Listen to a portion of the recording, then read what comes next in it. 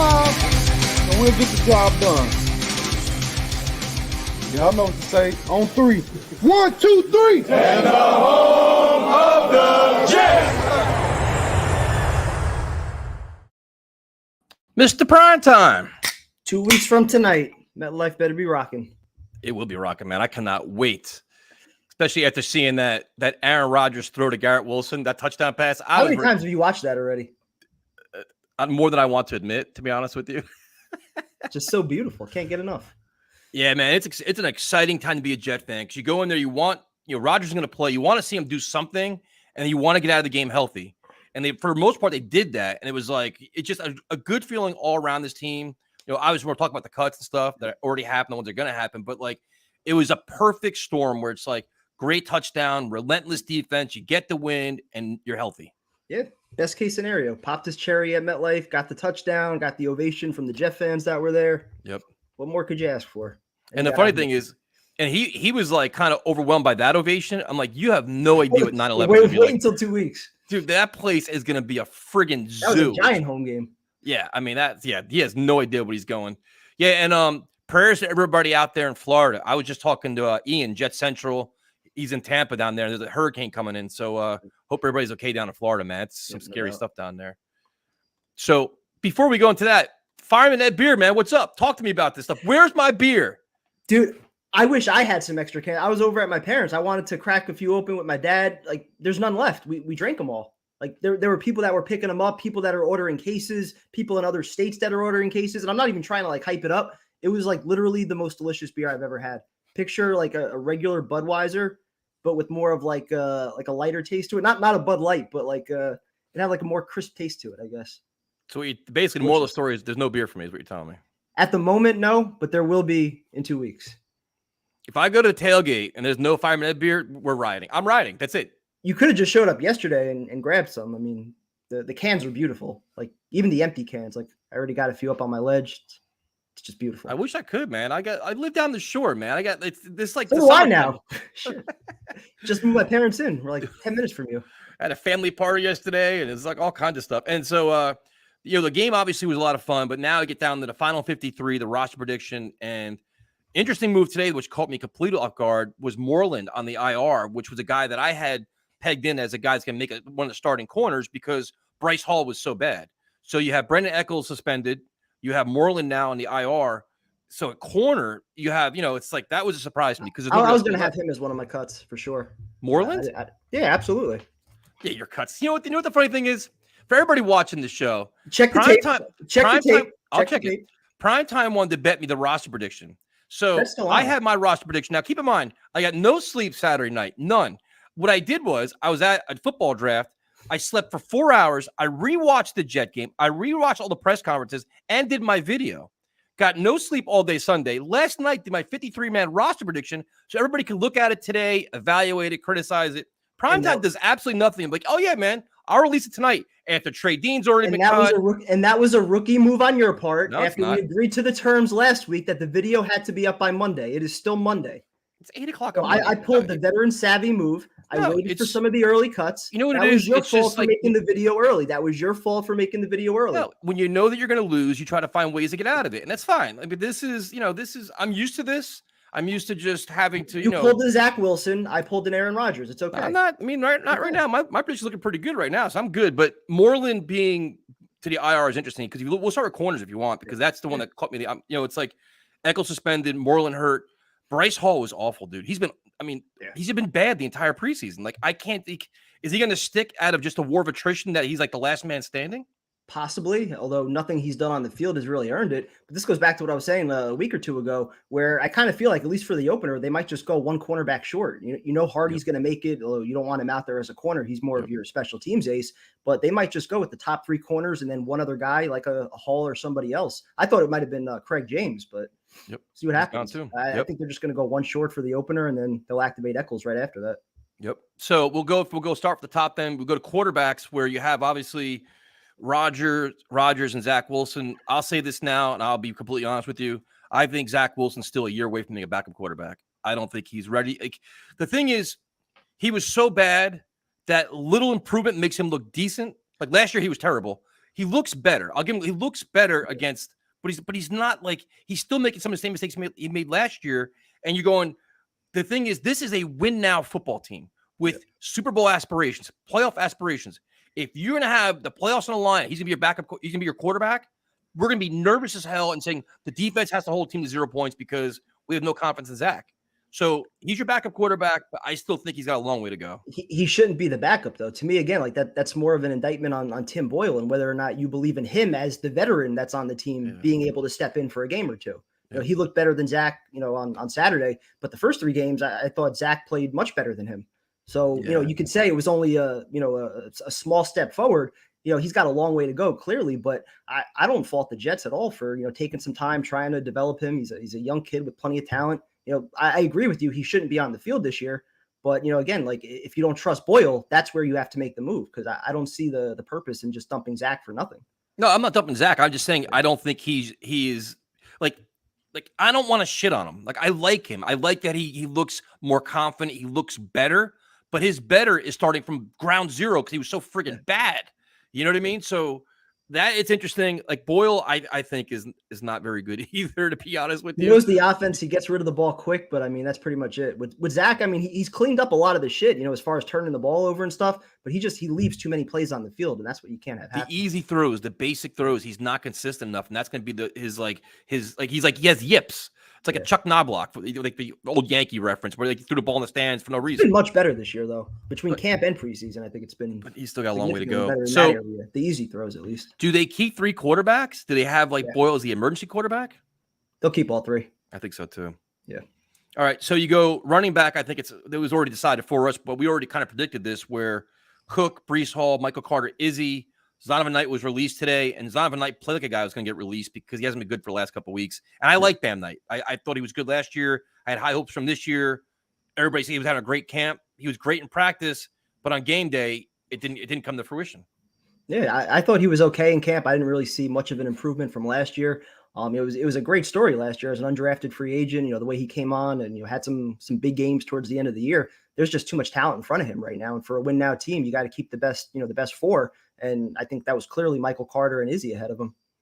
Yeah. So the wide receiver, the running backs are fine. I think we both agree Nick Bawden is going to make the team as fullback.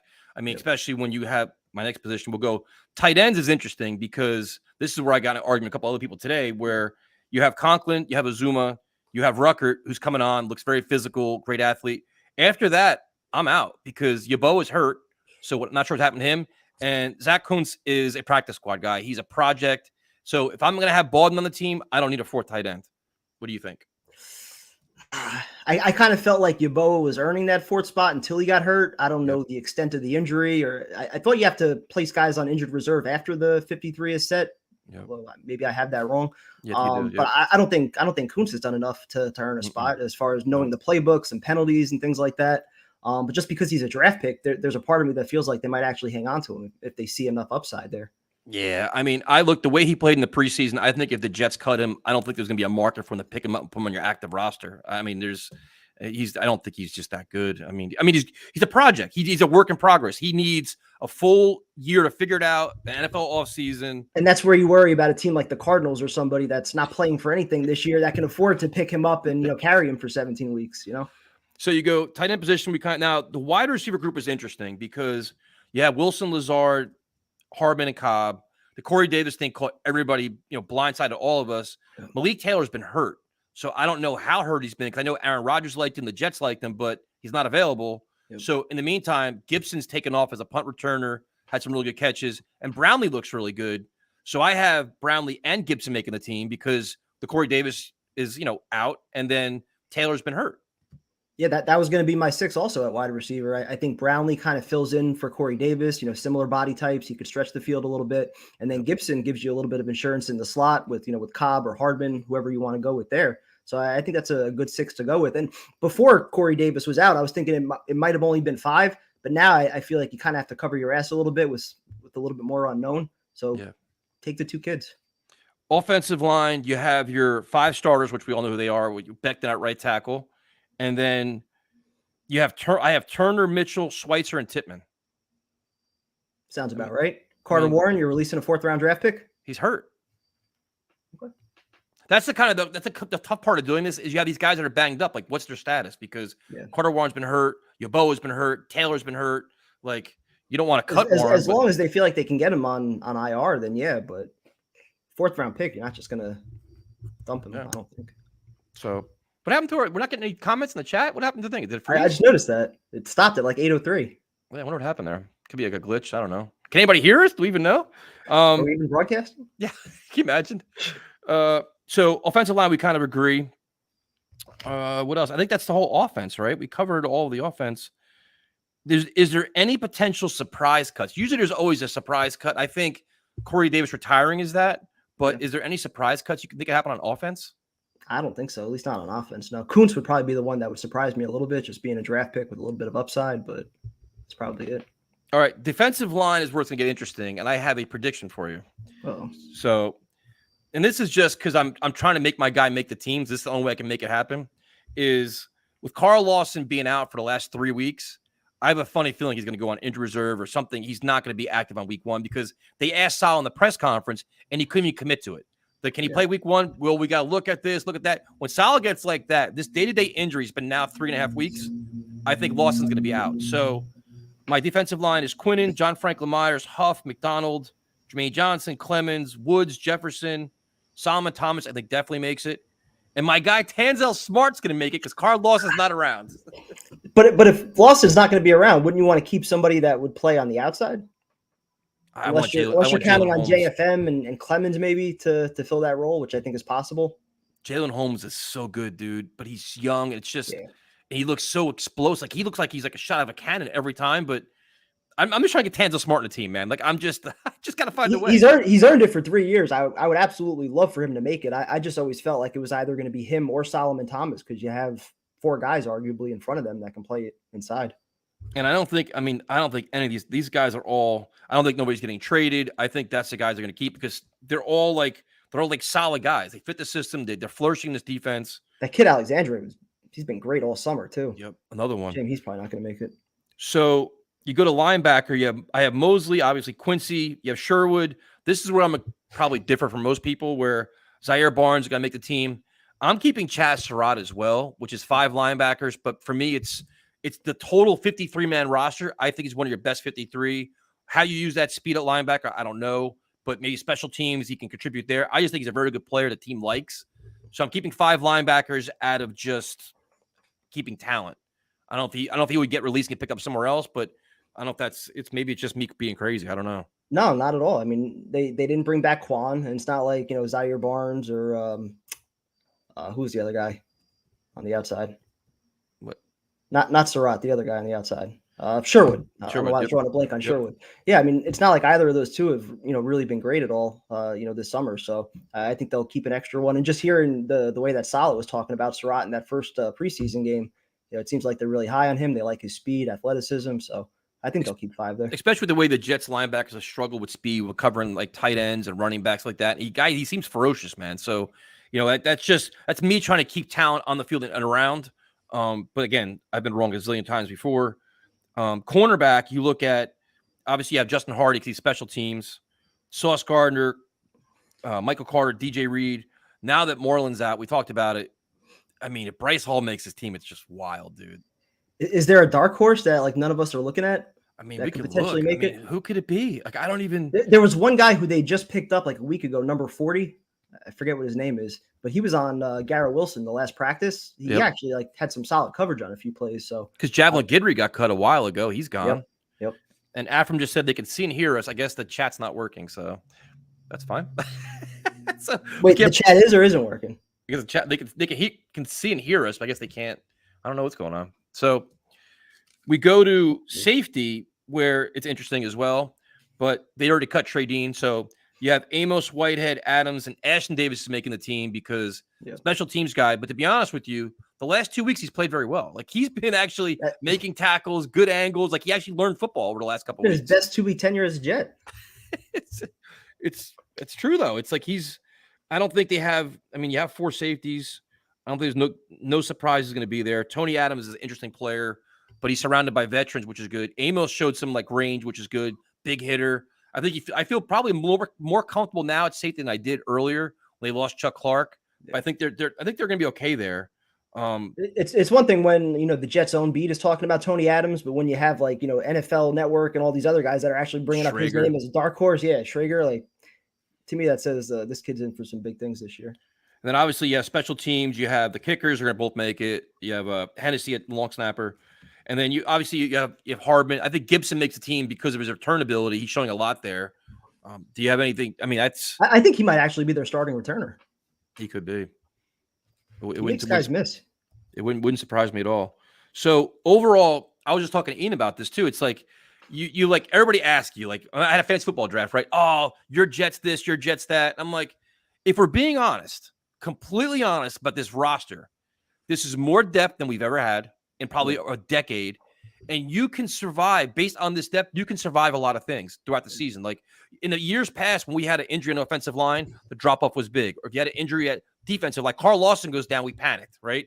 Yep. Carl Lawson's down now. We can give two shits because we have depth. Like all these other positions, like your next man up is actually a quality player. So that's sustainable over 17 games. You have a defense that travels. Like your defense can go anywhere and dominate. Doesn't matter the environment, doesn't matter the weather, doesn't matter the quarterback. They can get after and do it. So that alone says you feel comfortable with this roster where you also have an all-time great quarterback, right? Like how do you not have confidence about this team? Like, and not even being like a homer. Like you're just saying, hey, my team, like my Jet team, this is what they have, and you're being honest about it. And not just that though. How many years, like in years past, at this time of year, you're scouring other teams for their waiver cuts. I don't give two shits about who else gets cut right now. I feel like this roster is set. Like this group has been growing together. They've been playing together for the last month. There's excellent camaraderie in that locker room. They all love each other. I don't want to cut anybody else. Like we're having a tough enough time having this discussion, trying to get down to 53. Like I don't want to trim anybody else from that top 53. They've all earned it. So. Yeah, I mean, if you look at positions, you say if there were areas that Joe Douglas can look at, like if there's any little areas you can upgrade, other than quarterback, I would go corner, which we already talked about. I would look there.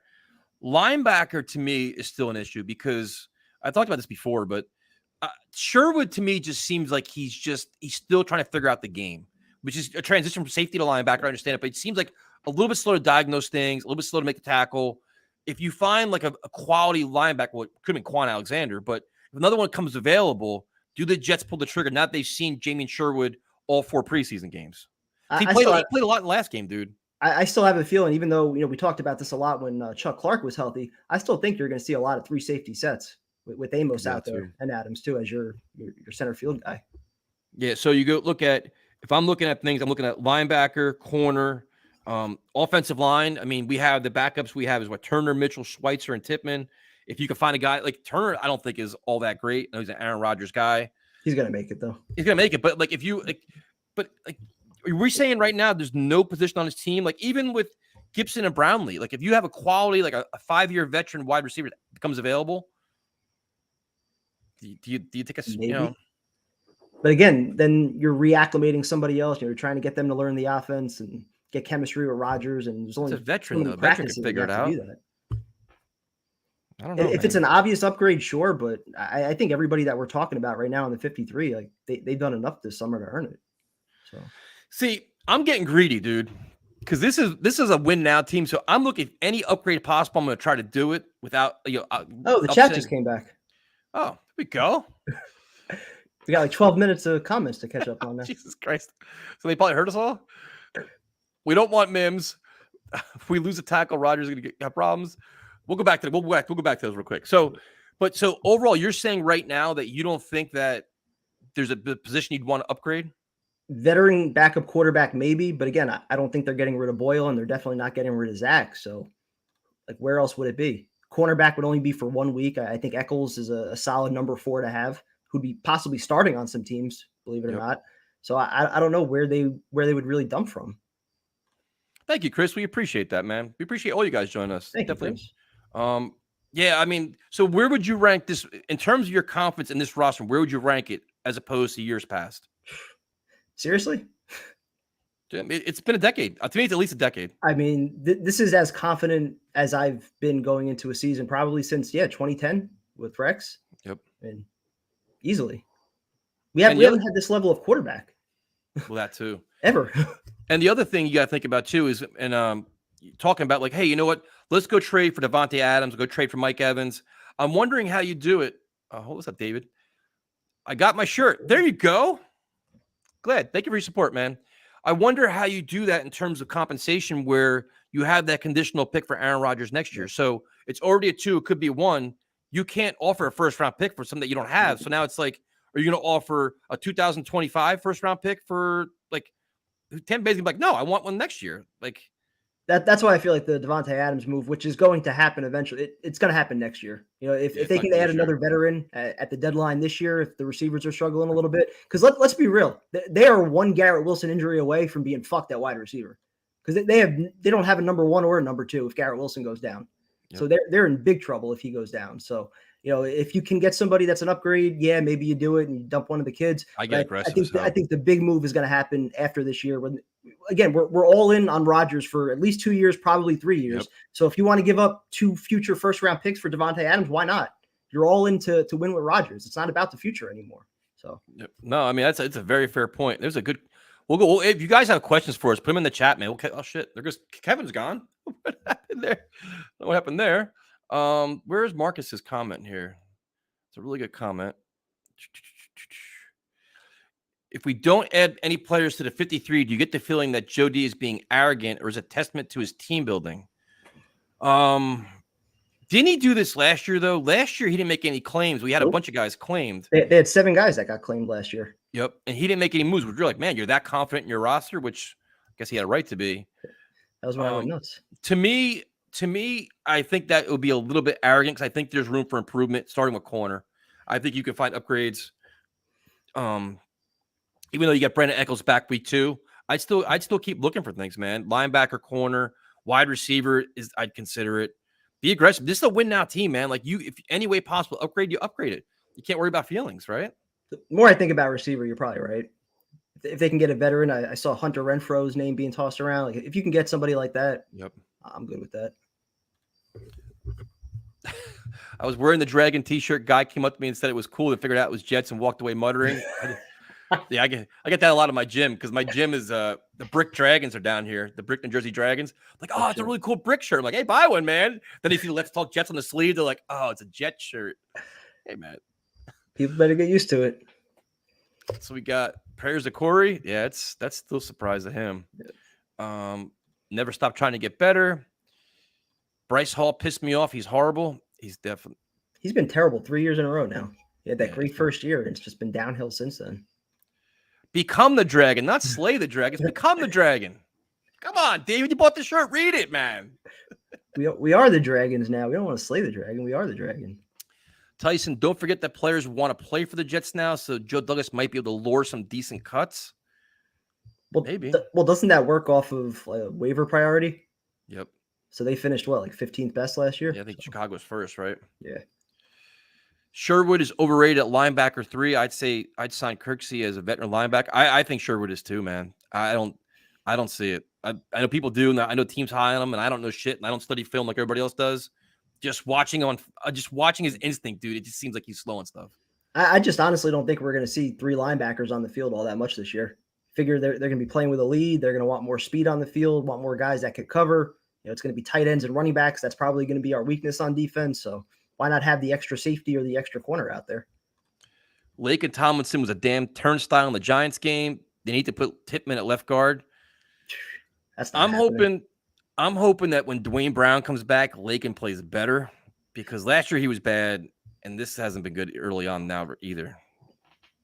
$18 million. He's not getting benched, at least not early in the year. He's going to get an opportunity with Rodgers, but. And that's the thing. It's like then you're looking at who your backup. You know, you have guys that can play guard. You know, Tippmann could play over there. You can put McGovern at guard, and you can put Tippmann at center. Yeah. There's things you can do, but it's Lakin. it's not working out for Lakin right now. I got so many messages about him, dude.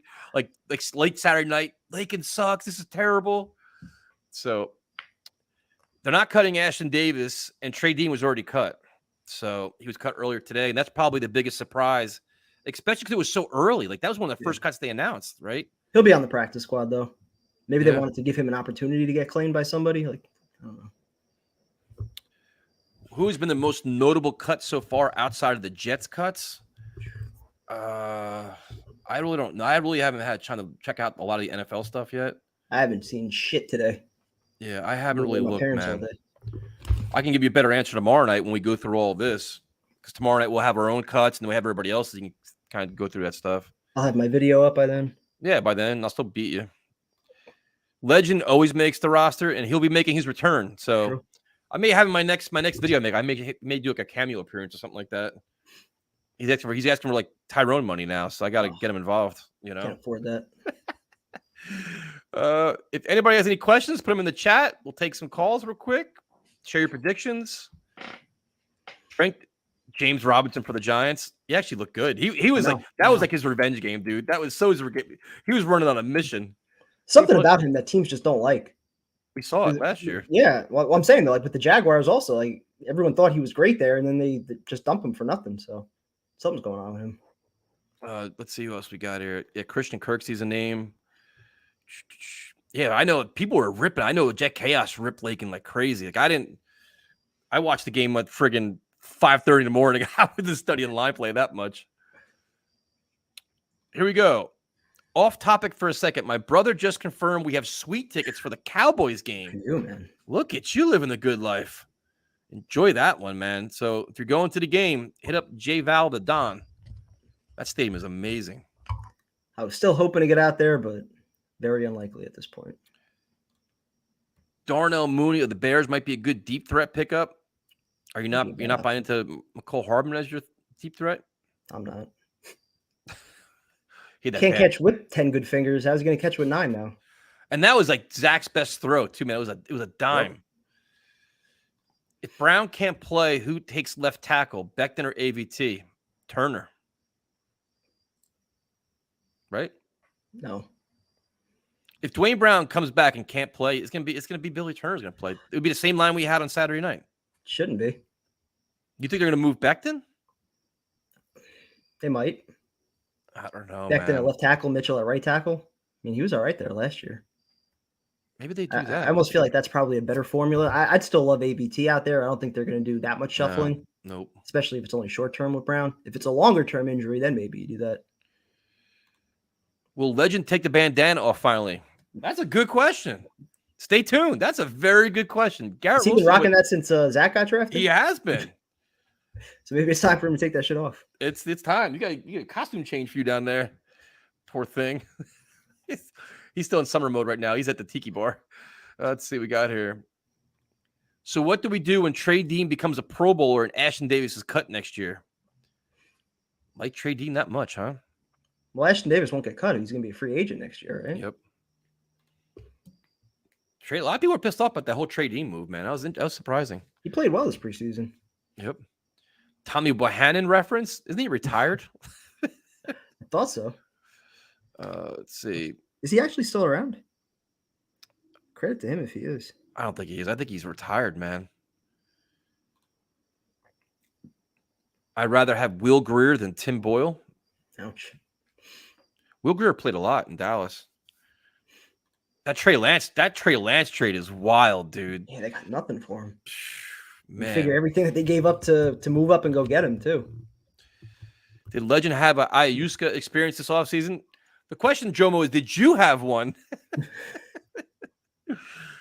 Oh, and also, the Monday Night Football, the home opener, Primetime and I will be with Tailgate Joe. So tailgatejoe.com if you want to check it out. We'll be there. I'll be there early. We may or may not have 5-minute beer because Primetime lost it all. I'm working on it, man. What do you mean you're working on it? It's in such demand. Like, it's not easy to just walk in there and grab a whole case of that shit. Listen, we are part of the marketing team. We are marketing. It was my plan Sunday, once we were done, to walk out with a case.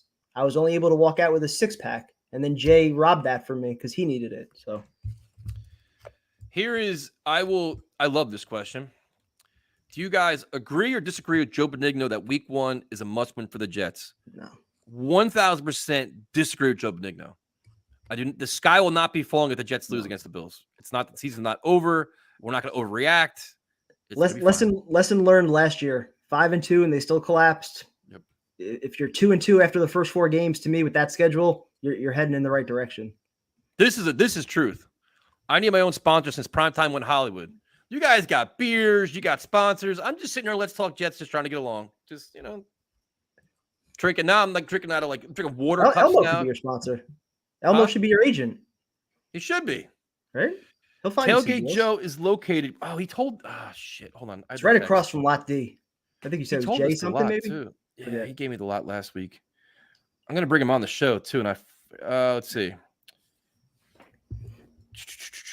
Here it is. E26. E26. And you can park. You don't have to park in his lot. You can park right next to it and just walk over. We're probably all going to do that anyway. Yeah. But it's all you can eat and drink, for the prices that he have. And the food is top level. Man, he's a chef, and his food is ridiculously good. So he's got my food that way. No, because he's a gourmet chef. So you have I mean, I don't know. That's bullshit. Elmo, I appreciate it, man. At least somebody wants to help me. What else we got? We have here. What's going to happen with Carter and Bam? Well, Bam Knight was cut, so that question has been answered. Let's see what else we got. Have they announced anything on Izzy? Is he going to be ready for week 1? They haven't said a lot, dude. That's what's interesting. That's why a lot of these guys. I'm ready, man. I'm ready for the season right now. I'm ready to go. I'm ready. We will have Fireman Ed beer there. I will make that happen. I will riot. We will have a problem. There will be a problem. Don't worry. It's too good not to be there for the opener. Tailgate Joe is always an E26. He has that. He has got a huge lot. He's got beer pong tables, cornhole, all kinds of stuff. He's got a DJ. It's a good time, man. It is. I've been there a couple times. You were there with me a couple times. Yep. He's a really good dude, man. He gives a lot back. He does a lot of charity work. Gives a lot back to the community. Definitely worth it. We don't really just promote anybody. We actually know him personally. I've known him for a long time, man. So definitely. The only reason I'm nervous about doing this for week 1, the last time we tailgated with him, the opposing team went to the Super Bowl. So the Bengals. I know. That's what I'm saying. I tailgated with the Bengals. I was at the Bengals with him. The Texans. Something else I was there for him. Every time I let this tailgate, I was hammered. The Jello shots. Thing. It was like at one point, it was like every beer we drank was a Jello shot with it. I'm like, where are these Jello shots coming from? Those hit you later too. Oh, they take time to dissolve inside you or some shit. Prime time should be on Top Chef. Thank you. There we go. Appreciate the support.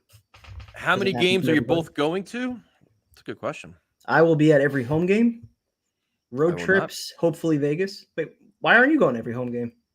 Somebody's got to stream the games for our loyal community. We'll be streaming the road games. No way. I'm gonna be here. I'm gonna be here with our community hanging out. No way, man. I'm streaming. I'll be the home opener. I'll be at. And Vegas is definite. I've already started making my Vegas plans this weekend. You going to the Chief game at least? Probably not. Wow. Wow. You guys will be tailgating for like 10 hours. You're not gonna be able to walk into the stadium. I'll be fine. Oh, I gotta do your boxing video too. I forgot about that. I'm waiting. I'm waiting for your videos. I'm waiting for your Jets Giants recap video. When's that coming out? Next week? That's my bad. I was working on my roster notes. Random man, I know. I was like, you know what? Primetime's not streaming. He'll have like the instant game reaction. I was home.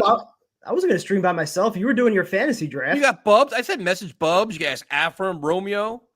How many times I streamed without you last year? No problem. I had people. Bubs was great. We had a good time. You chose your fantasy draft over our chat. That's fucking money, man. People don't forget. Yeah, but I also chose to get no sleep and make my video, which you had ample opportunity right after the game. Instant reaction. People I had to get ready for drinking beer Sunday morning with Fireman Ed. So basically, you took yourself over the channel then? No. Yep. Because that's part of the Thursday show, which is on the channel. So I was trying to help. Build that up a little bit. So now this is about NYJF we're talking about. So now it's like that channel over us. It's all part of Let's Talk. It's all part of the Let's Talk Jets community. You know. It's not what I see. I don't see you. It's all part of Let's Talk Jets community. I don't see no goddamn beer around here anywhere. No Fireman Ed beer here. I said Monday night you will have it. Mm-hmm. Don't worry. Monday night you will have it. This is true. This is so true, man. See, I'm just here to help everybody out. I'm feeling a lot of hate tonight. I'm angry. No beer, no videos, no roster predictions. You want me to drive it over to you? Why not? I was in the area, actually. I could have. You know what pisses me off, too? It's like DJ Reed is literally 15 minutes from me, but I had no idea he was going to be there. He was in Tom's River at a burger place. Like, they promoted it terribly. I had no idea he was going to be there. I would have went. Yeah, Sauce was 10 minutes from me at Willowbrook Mall tonight. Yeah, fuck, I had no idea. Yeah. Crazy. So what we'll do is we'll bring on somebody that could have been streaming with you Saturday night, but you were just busy looking at beer with Fireman Ed. What's up, Bubs? Hey, how's it going? Thanks for having me on.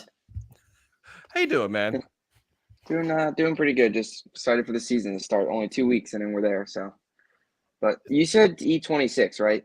E as an Edward, or as an elephant, or Elmo. Okay. or Elmo. That's true. Another one. Yeah. You stopped by to say hi? Yeah, I'm going to the game. So look at you. Get to hang out with Bubs in 2 weeks. Best home atmosphere since what? Rex's first game. That's what I was thinking too. It's gonna be crazy. That or the Bengal game, the last game at Giant Stadium when they clinched. Yeah, I mean, those two atmospheres were nuts. This one's gonna top that.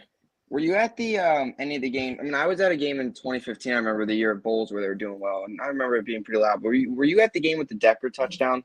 Yep. Was that loud? Like it was loud as you got later on in the game. Like the whole game was kind of, it was sort of an average atmosphere. But then once you got to the fourth quarter and overtime, then that's when you started hearing the fans a lot more. And then of course the touchdown just blew the roof off the place. Yep. Yeah, I expect a big crowd. Hopefully not like last year's home opener, which is it's gonna be the ticket prices are insane. Yeah, it's like a must-see New York area event where it's the hottest ticket in town. Everybody wants to be there. It's gonna be loud, crazy, 80,000 plus. You'll have no voice when you leave. It's gonna be incredible. Yeah, and when Rodgers runs out of tunnel, it's gonna be just crazy. That's just gonna be wild. So, dude, just seeing Rodgers in a preseason game, like watching him walk on the field and spin the football in his hand, you're like, dude, it's been real all this time. Like, he's our quarterback, right? You see him at practice and shit. Yeah. To see him on the field warming up and throwing a touchdown, I'm like, holy shit! Like this is actually gonna happen now. Yeah, it's crazy because you even heard the crowd just in a preseason game.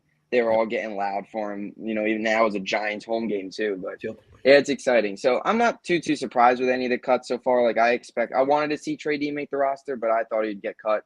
Hopefully he gets stashed onto the practice squad. I think Bam's going to get picked up somewhere else, whether that's wherever that might be. I don't think he's going to land on the practice squad. He hasn't looked good, so I don't blame him for cutting him. It's just a numbers game. But how many defensive linemen are you keeping? Hold on a second. How many defensive linemen are you keeping? I had 10. 10. With Carl Lawson active or no? 10 and 10. Yeah, Carl Lawson active. I didn't put him on IR. I had active, and I've tried to find a way to fit Tanzo Smarting because I want him on the roster, but I couldn't find a way. So I'm doing 10 and 10 at offensive line, defensive line. But wait a minute. Hold on. Time out. You can't. No. You can't pass a hot take and not let me respond to it. Don't start brushing things here. How are you doing 10 offensive linemen? Who's your Carter Warren's going to make it? Yeah. Oh, I thought he's hurt. All right. I was shocked to see Jimmy Moreland go on the IR. I didn't even know he was hurt. I didn't know either. Dude. Unless he played Saturday. Yeah. Yeah. How many corners? How many corners do you think make it? Because I know Moreland now on IR. Do you think it's just going to be Bryce Hall and then Eccles, or do you think once Eccles is back, Bryce Hall gets cut? How do you see that playing out? Bryce Hall is just not good. I mean, they'll carry Hall or somebody else for 1 week, and then once Eccles is back, I think it'll be him and Hardy as your two backups. Yeah, it's interesting. I mean, I feel like I wouldn't mind another addition there too. I mean, because you are one, and you're a couple. I mean, if anybody gets hurt, really, I mean, the starter gets hurt, you're going to be thin anywhere. But I saw some people earlier. That's not really true. Hold on a second. That's not a take. Wait, give us a chance to respond to your takes, man. You're going after Bubs tonight for. So the question is, what time do you guys get to the stadium? As soon as the gates open. So what's that? 4 hours before? 5. 5 hours before. If you're a Giants fan, it's 4 hours before. So Bubs, you said if somebody goes down, it's a problem. That's what you said, right? Yeah. Well, I feel like corner because, I mean, I don't know if I don't trust Hardy doesn't really play special teams. True. I mean, Eccles is good, but if you hold on to Bryce Hall, I don't trust Bryce Hall at all. Okay. So is there any other positions that you feel like that with, or no? Well, receiver. I mean, you guys mentioned that earlier. Receiver. I mean, you're one Garrett, as Primetime you said, you're one Garrett Wilson injury away. But I feel like that's any team. I mean, if any team loses their number one receiver, it's going to be a concern. I mean, if the Bills would to lose Diggs, that'd be a problem. So, other than Aaron Rodgers, would you say that Garrett Wilson's the most valuable Jet, like that they can't afford to lose? Yeah.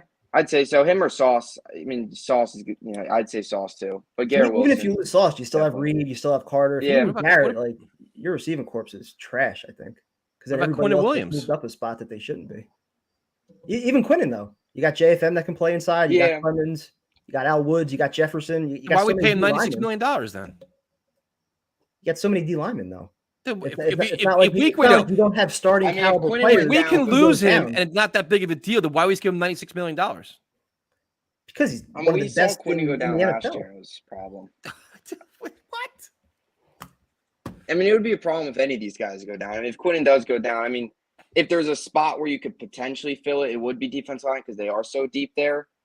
But, I mean, you did see Quinn miss that Lions game last year, and they got zero pressure on Jared Goff. So, it's almost similar situation. But, yeah, I think, Garrett Wilson would be. Obviously, Rodgers would be the biggest. But outside of ABT's an him, interesting one also I see in the chat by Regal. That's an interesting one Well, I too. mean, when him and Brees went down, that's when the season collapsed. Yep. So, but I saw this rumor earlier today, or not really rumor, just some chatter on social media. Do you see any possibility of trading for Darnell Mooney? Because that's always being shopped. Do you see that potentially happening at all, or do you believe any of that? What do you think his value is? I don't know. I mean, I don't even really know. I don't quite know what his numbers look like last year. I mean, I know he's pretty solid, but I mean, you probably won't have to give up a ton. I mean, he'd be better than. If you can upgrade the roster for a mid-round pick, yeah, it's like why not anywhere? And I saw Curtis Samuel was available too. Is he really? That's an interesting one. I like Curtis Samuel. I think so.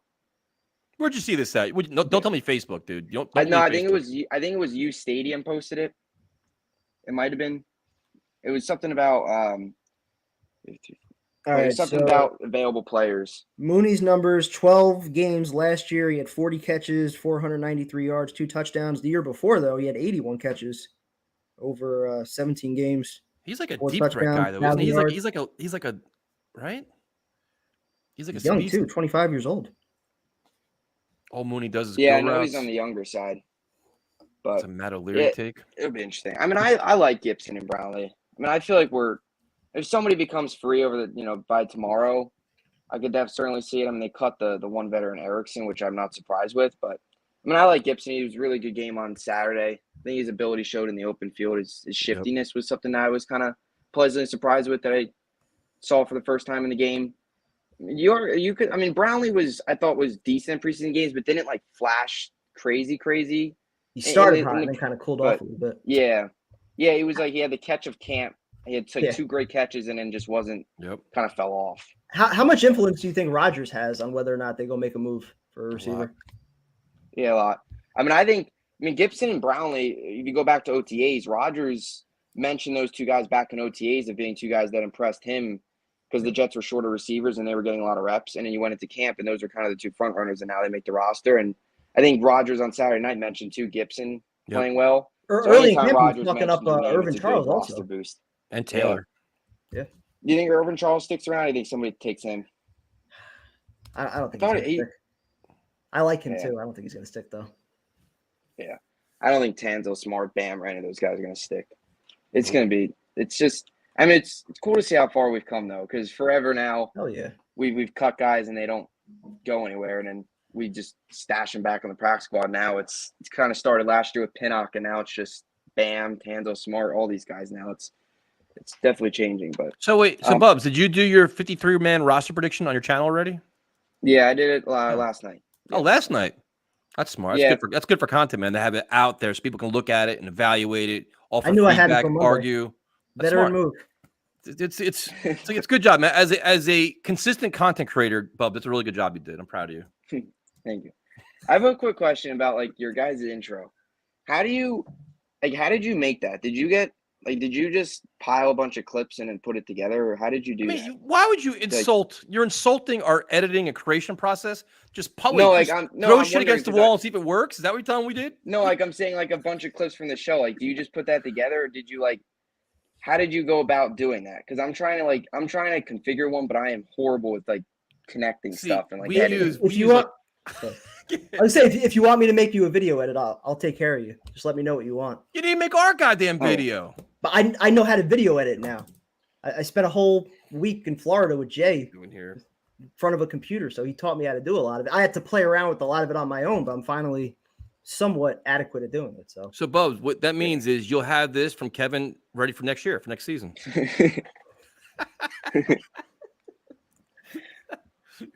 Catching a lot of heat tonight. So there you go. You have there goes your video right there. Let me know what you need. Good. Yeah. Yeah. I'm trying. I know there's sites clips or like Jets clips. Like, I try. I'd like maybe a little bit of both, like some highlights and maybe some just like highlights from the show. I mean, I know you guys like it features like the three of you, and then some highlights too. So I'm trying to like do a little bit, but I know there's a site I could go on and find one, but you have to pay for it, which I'm fine with. But it's like, look at you. I'm terrible with the whole like. I don't know really how to edit. I'm horrible with the editing aspect of it all, so I don't really know how. But all right, so prime time will hook you up. His turnaround time is 8 to 10 weeks, so just brace yourself. Before the season, I'll have you. Bubs, good talking to you, man. Yep, thanks for having me on, guys. Have a good one. Man. All right, we will go to let's see. Now, what are the chances that Jomo is actually like coherent tonight? Think he's coherent? I doubt it. Oh shit! What's up, man? Even his camera looks nice. What is it with this? Got no connection. No connection. It's frozen. Jesus. Looks Christ, like it's like man. There's meteors in the background or some shit. Is he in the storm right now? Oh. What the hell's going on here? I'm not in anything. Is it me or is it? No, he's completely frozen. I hear you. We barely hear you. This You is don't horrendous. hear me? No. Barely. What are you like? Oh. Get out of here! Get out of here with that shit. Holy shit! Yeah, he took usually my Wi-Fi is dying right now, but I guarantee my Wi-Fi will die because I did an hour in and we're like 45 minutes now. So usually hour 45 is when it starts going to shit. So I'll be off soon. Why does that happen to your Wi-Fi? I don't know, Weird. man. I talked to Afram about it. He's like, you got to call Verizon or Infinity and talk to them. And it's just like, I'd rather just eat class. Dealing with them is just horrendous. So let's see. He has got Christmas lights. That's what he has. His crickets too. If you want to lend Wi-Fi, lend it to me, man. Shit. Start a Tyson Wi-Fi fund. That's no kidding. I don't think Kuntz makes the team, dude. I don't think he makes it. I think he's a project. So we will go to Mr. Boyle, man. Hey guys. No longer random, man. Hello, what's up? Well, prime time. We got a nice beige background for you, just like Bubs. So nothing too crazy. Good. That outlet's looking a little lonely over there. It is. Super Bowl trophy. Kind of just in like the middle of nowhere. You know, we all have one of those. So I went to the Giants game. It was great. Rodgers came out. You guys like I didn't see a lot of people post about this, but he came out and the crowd was going nuts. And then he gave like a little this. He always does that. Yeah. And the crowd just lost it. No, but he like acknowledged the crowd. And then everyone just lost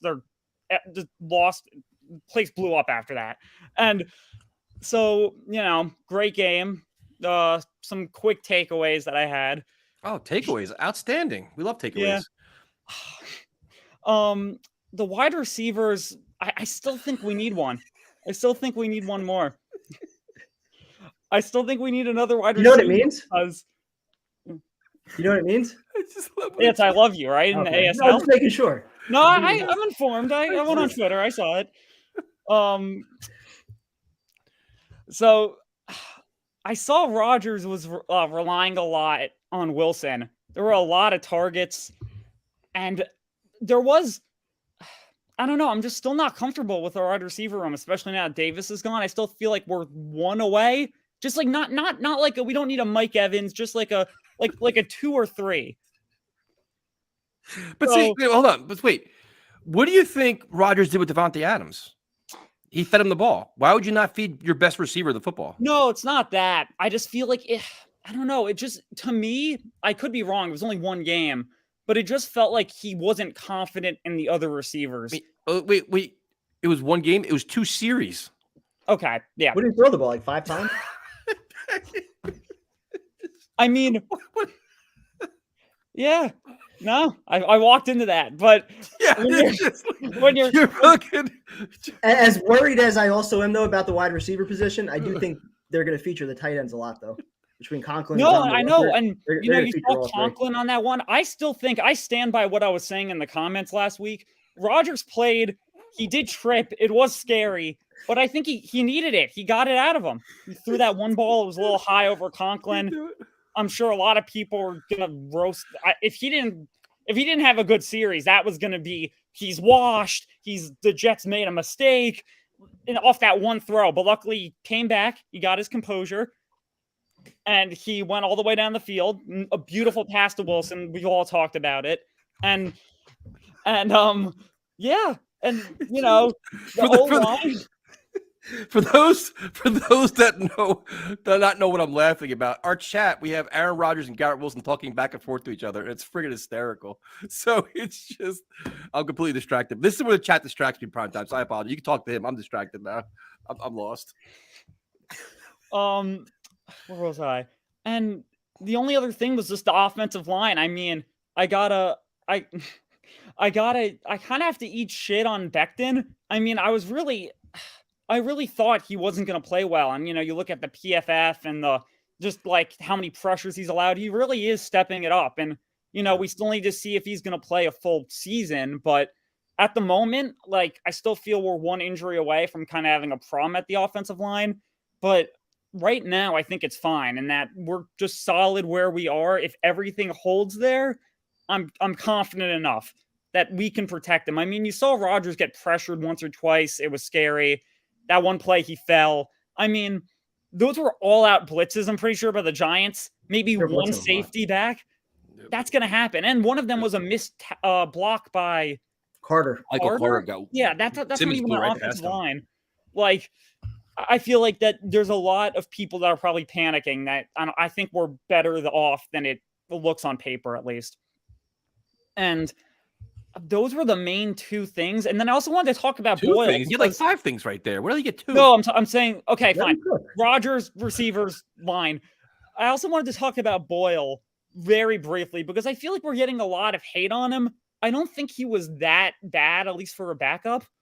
I mean, he won us the Snoopy Bowl. 9 of 11, 2 touchdowns. That's elite play right there. This sounds like your reaction after Mike White's big game. It is. It is. Does Boyle control the weather now? No, he went all the way down the field. I'm not saying he should be the starter, but I'm saying he had a nice collective drive, just hits small completions down the field. That's what you need, especially when we're a running offense. I mean, at least we're going to have lots of running in our offense incorporated into it. That's going to be, I mean, you know what we're going to be running from?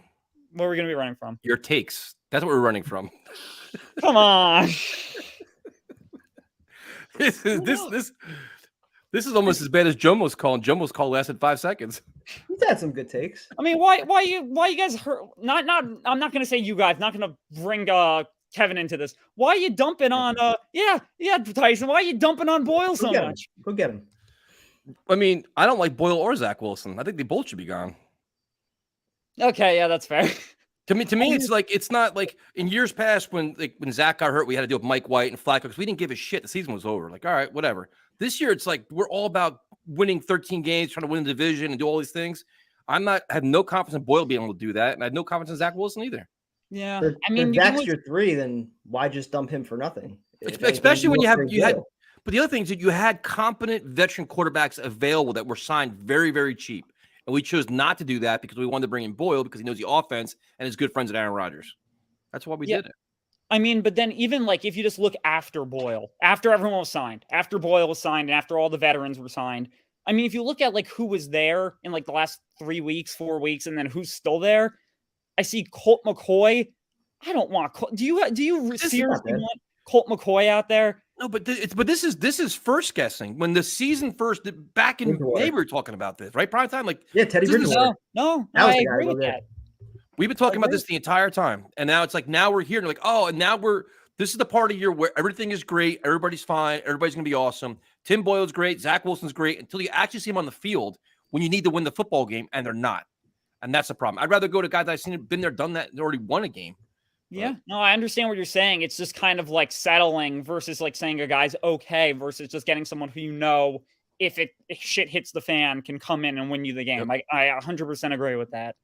But I'm just looking at optimism at what we have right now. I'm not looking. We have at no the past choice. here. I mean, you got to embrace that Zach's getting better, and I think Yeah. Bull shouldn't be on the team, but I mean, we'll see. I mean, I don't know. I think Zach is getting there. I mean, he never really had that opportunity to sit back and just develop his play, and maybe he has that now. Oh, I got one for you. I was thinking about this the other day. The burger analogy. Ready for this one? Oh God. Oh, no. I made a burger last week, and it was great. It was expensive. I put it on the pan. I bit into it. It was raw. It was disgusting. I was going to throw it out. But then my dad was like, no, put it back on the pan for a little. You could save this. I put it back on. It came out well done, and it was shit. But I saved it. It was edible. I ate the burger. Zach Wilson can get to a point over time. Zach He doesn't Wilson can be need the to burger. develop. What are we He doing can here? become the well-done burger. A piece of shit, well done burger. Yes, I mean, we can recuperate. I'm definitely not high enough for this. This is definitely Jomo got me. This is definitely Boyle, man. It's Out been of all good my talking to you, calls, man. this was one of them. You have to admit. This is definitely one of them. Okay, Have a I'll good see night, you man. guys September 11th. Oh, we're gonna see MetLife. you. Yeah. See you then, bro. This is a good one, man. Later, dude. You know, and just so you guys know, I'm friends with him. So don't send me the shit that I bullied him and harassed him. We're friends. 'Cause I know tomorrow on Twitter, I'm gonna get friggin' attacked for this. Classic bully technique to deflect after bullying. Every friggin' time I do this, then it's either tonight or tomorrow. You're a bully. You're a prick. You're so mean to your callers. Fuck, we're joking. Bastards. All right. We got, Mr. Australia. Yo, You are a bully, Tyson. Last time I was on here talking about the roster, you bullied me too. yep, I remember What is that. this shit? Now I'm getting attacked from across the country, across the world. So last time I was here, I was talking about my roster, and I'm back to give my roster prediction. Things have changed. Things have changed. Uh-oh. But before I do that, I am in the best shape of my life. I'm Congratulations. entering the season in tip-top shape for my predictions. 4 wins 2 years ago, 7 wins last year. I'm the only person who ever comes on here and gets everything 100% correct. I've never been challenged, never lost. There's a lot riding on LeVar this Ball will prediction, say. Yeah, so the first thing I'm going to say is Jets win the division, make the playoffs. Okay. I like that. But my win total hasn't changed too much, and I'm not going to get into the weeds about who they win and who they beat and who they lose. The AFC is a stacked division, as we all know. So I'm going to say I've been going back and forth. I'm setting it at 11 wins. 11 wins, win the division, Okay. That's not up for that. and go to the playoffs. Works. That's where I'm at. That's where I'm at. Now, all of that aside, how good is it to be, what a time to be alive that your biggest conversation is about who's going to be the third string quarterback and your fifth string wide receiver. What a change, eh? We used to argue about starting quarterback for 3 Oh, months. yeah. Now it's like, oh, I don't want Tim Boyle. I want Jack. Who cares? Who cares who your third string quarterback is? I'll come and bloody play. Jesus Christ. But We're spoiled, man. so, I watched the 3 games of the preseason that the Jets played, and man, oh man, I think everybody rightfully has a right to be very excited about what's going to happen. That defense is, my God, that defensive front, Yep. my God, that's going to cause a lot of trouble for a lot of teams. So I think everybody has a right to be excited about the season. Are you going to call? Are you going to talk about Elijah Moore on your team, or you don't want to talk about him? Or you can ask me what you like. I'm excited about him. They seem to have look. This is what I'll say, and it's similar to what's going on with the Browns kicker at the moment. Is like, because a guy didn't work out in another team doesn't mean if he goes to the Browns or whoever, he's not going to be able to. It's not an indictment on the previous, organization or anything. Sometimes guys just don't gel with what's happening, or the offense couldn't find a thing for him. But the Browns are certainly excited about what he's going to provide for the team. And from what I've seen of him in preseason, his role he's going to be a big part of what they do.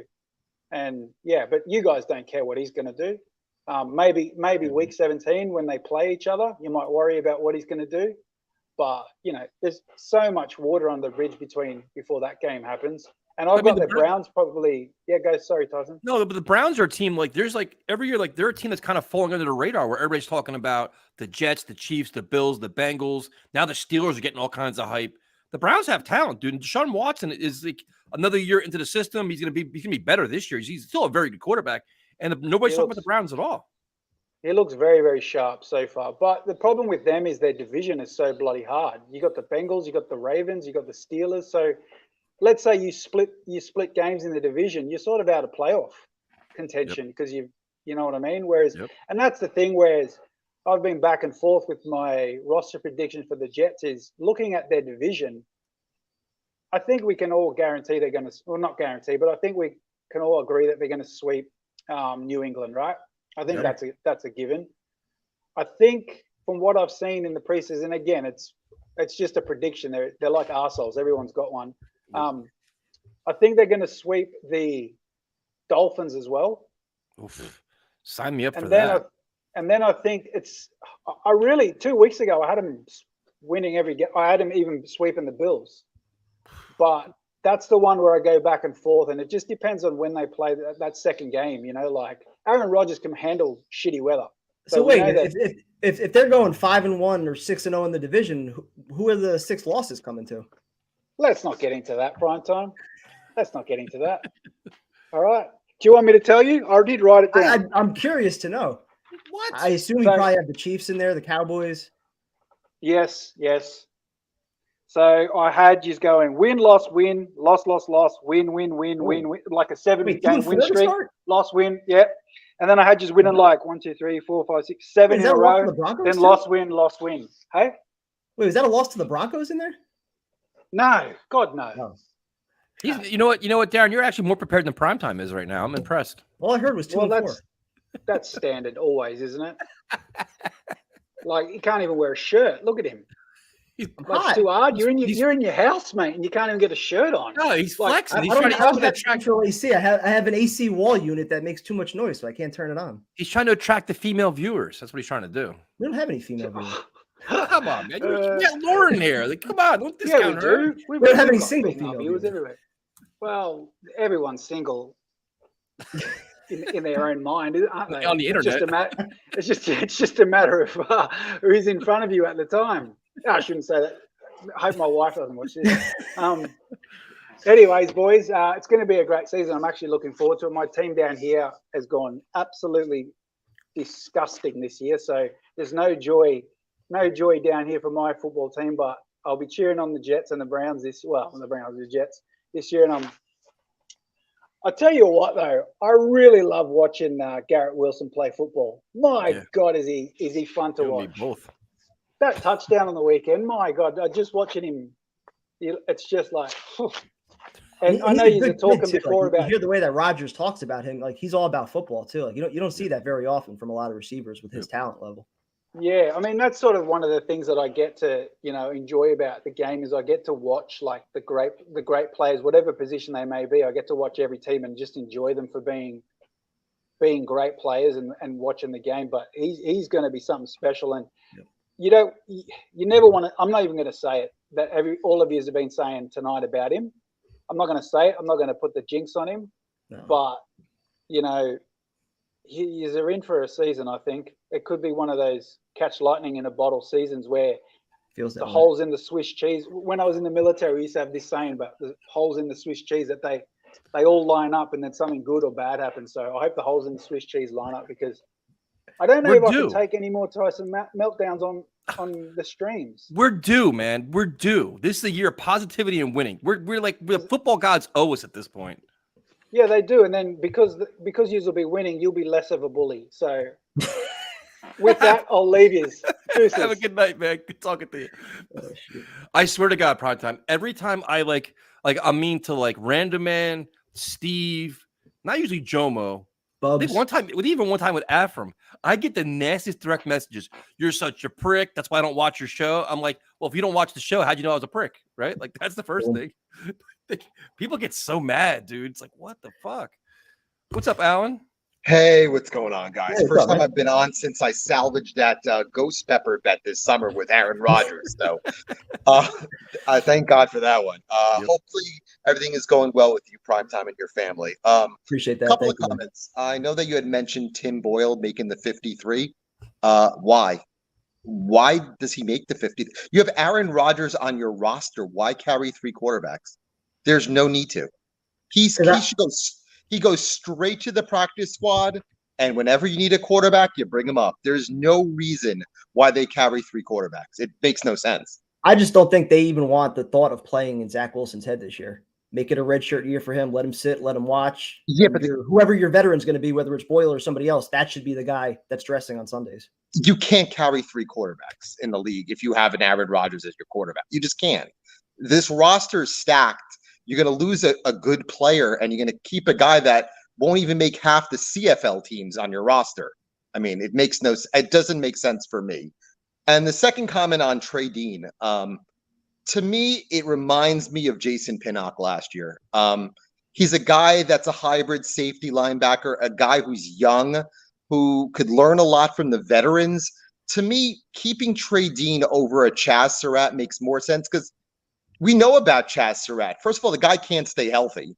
The guy's been in the league for a couple of years. I know that he's Salah's crush, but to me, he's not a 53 guy. He's a guy that goes straight to the practice squad, and if you need a guy, you bring him up. That's what I believe. That's fine. I mean, we all have our own opinions. I mean, I respect that. I just think for me, it's like I don't really trust Sherwood that much. And Barnes I don't think he's that good. I really don't. I think Barnes is more the 3 than Sherwood. I think Sherwood's been here long enough. You expect him to take that next step. And to me, I think he's on the roster because he's a draft pick, honestly. I would go veteran. I mentioned Christian Kirksey. He's a guy I'd bring in just for veteran presence. They could have gotten Quan, dude. You could have got Quan back for fucking $1 million. $1.5 million. Totally agree with that. You're absolutely right on that one. That makes no sense. And finally, as far as a receiver is concerned, and I mentioned this during the chat, to me, I would go get Hunter Renfrow right now. I think he is so a Jordy Nelson type of receiver for Aaron Rodgers. He's a guy who would catch 80 to 85 balls with this team. He's a guy who knows how to get open. He's number 3 on that team after they signed Jacoby Myers. He's a guy I go get. He's the perfect number 2 receiver for this team. You see, I don't think Lazard is a 2. I think he's more of a 3, and I think Harbin's more of a 4. I'd go get Renfrow, trade a 4 or even a future 3 for him. He's the guy that makes more sense than anybody out there, especially if you don't want to wait for an Evans or an Adams. I think he's a great complement to what you already have on the roster because Lazard and Garrett Wilson are going to be your 2 guys on the outside. You have Conklin, who's going to thrive over the middle. Like you put him in the slot. He'd be so perfect for this team. And I think it makes sense. And I think he's available. I think the Raiders don't want to pay another receiver over $10 million. They already have 2 guys that way. And I think if you give him like a 3 in 2025 or even a 4 next year and like a future 3, I would do it. He's a guy who makes a lot of sense, and he'd be the perfect receiver for Rodgers. See, like moves like this, I don't think are going to happen now. I think they happen right before the trade deadline, where the Raiders season goes to shit, and they're like, you know what, we got to blow this up, and look to next year. I don't think teams are going to do like him, like Evans, Devontae Adams. I don't think any of that happens now. Yeah, but with Renfrow, I think Renfrow is a complementary receiver. You're talking about Evans and Adams; those are number 1s. Those are guys who get traded at the deadline. I mean, a guy like Renfrow could be had right now. But the Raiders with Devontae Adams has been banged up a little bit, right? If he goes out, you're 1 injury away from being no receivers, and you have a guy there for your insurance. I think Myers was signed to be that complimentary receiver. I don't think Renfrow really fits in McDaniels' offense. I think they'd rather trade him right now and get a guy for him than wait till the deadline. Honestly, I'm down. Let's do it. Love your show and can keep up the good work and hope all is well with you guys. Good, you too, man. man. Thanks for calling. Appreciate it. Let on. All right. I like when people disagree with me. This is fun. If they're able to pull that off, I would love that. Yeah. So we're gonna go. So now the next caller was our previous caller of the week. So now the expectation, the bar is very high. So if he comes in and pulls some nonsense, we're gonna have to be like, listen, man, A lot of You know, pressure on this call. Yeah, he didn't study no tape, didn't kind of mailed it in a little bit. Thanks. Now there's a lot of anticipation here. What's up, Mr. Celebrity? What's up, Tyson? Kevin, great job on the 53. Appreciate the cut up from a couple weeks ago. It was unexpected. Always nice to see yourself on YouTube. I don't think I'm going to live up to the expectations that have been set here, but I'll do my best to. Come try. on, man! You gotta embrace love and positivity. Didn't Aaron Rodgers teach you anything? I've done a couple of trips, never ayahuasca, only mushrooms, and I have also seen the light. So I am Mr. Positivity these days. But in terms of the 53, I tend to agree with the last caller around Tim Boyle probably not making this roster. I just think the way that Nathaniel Hackett values the fullback position, it's going to be really tough to justify carrying a third quarterback who will never see the field. By all indications, it does look like Nick Bowden will be on the roster, which is not necessarily how I would design the 53. But if he's going to be using him 10, 15 times a game, I guess it does make some sense. So but before you do that, though, why not, though? Because for me, it's like you keep Baldwin on the team to help establish a running game, especially if your offensive line is struggling a little bit, instead of having to rely on the tight end to do it. Like, why don't you like him? It's not that I don't like him. I just look at the tight ends on the roster and I see 4 guys that I would like to keep. And I think, you ask one of those guys, if you're going to be using the fullback 2 or 3 times a game in specialty situations, then I think that's enough to say to one of the tight ends, look, you've got to go out and play a little bit of fullback. And I think there's enough crossover there that you should be able to do it pretty seamlessly. Okay. If you're asking a guy to go out and do it 10, 15 times a game, then I suppose it makes some sense to have a dedicated person at that position. I just think, again, when you look at fullback, quarterback, and then having a guy like Justin Hardy, that's 3 roster spots that are taken up for guys that are really never going to play a ton at positions of value. So, again, I'll defer to the coaching staff on this. They obviously have a better idea of what they want to do. Who would be your 4th tight end? Yeboah. He's hurt, though, right? Isn't he banged up? I don't know if it's anything serious, though. I think that's where I don't know. I don't know if any of these injuries are real that we're seeing. I don't know what's happening to Carl Lawson. Yeah. I have a funny feeling he's probably going to be IR at some point. Back injuries are nothing to mess with, especially at a position like defensive end. Anyone who's ever had a back injury, it's debilitating. I mean, most of the time you can't even walk, let alone play football. I think we're fortunate enough that it's happened at a position where we've got an insane amount of depth and might open up some opportunities for Will McDonald and a couple of other guys to come in. It's actually interesting because every year we hear this mantra of like next man up, and it's all coach speak. Previous years when it was the next man up, it was like the doors were blown off. You know what I'm saying? And it's like now next man up actually means something. Even at positions where we were going into this season looking at the safety position, I think everyone was looking at it as probably the weakest link on the defense. And you got guys like Dean that popped up out of nowhere who ended up not even making the team. But even safety looks like it could be potentially a position of strength. So So how many defensive linemen are you keeping? 10. So probably the same 10 everybody has. So Tanzel Smart, you don't have making it, right? I actually do have Tanzel Smart making it. I think Solomon Thomas might be the odd man out here. He's coming on though, man. He's played well the last 2 weeks. He's a solid guy too.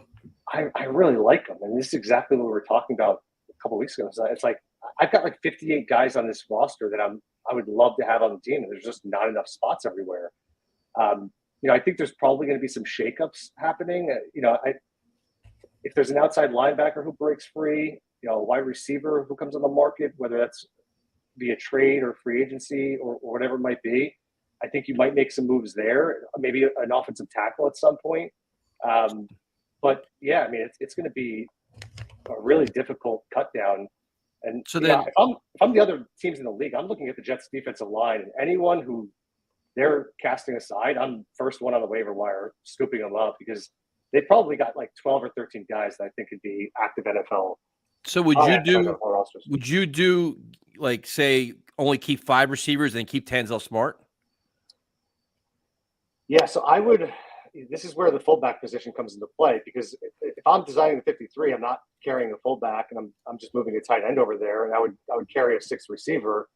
And that would probably be Brownlee and Gibson. So Yeah. I like both of those guys. Again, Brownlee, I don't know that he'll make the final 53.